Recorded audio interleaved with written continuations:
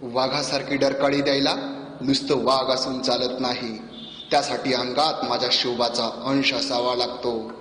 रणांगणात उतरून नुसती हाताची मूठ वळवून चालत नाही, त्यासाठी आई भवानीचा आशीर्वाद पाठीशी असावा लागतो.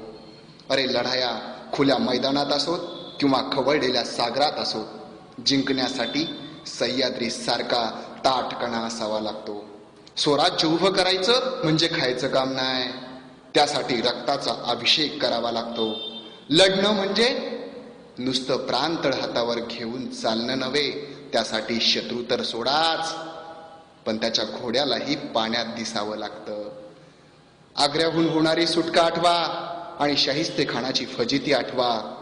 अहो, राजा होण्यासाठी अफजल खानासारख्या पाप्याला वाघासारखं फाडावं लागतं आणि वाघाच्या गुरगुरण्याला डरकाळीचं महत्व यायला माझ्या राजासारखं रयतेचं वाली व्हावं लागतं.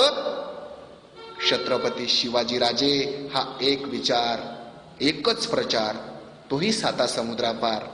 जय भवानी, जय शिवराय, जगदंब जगदंब.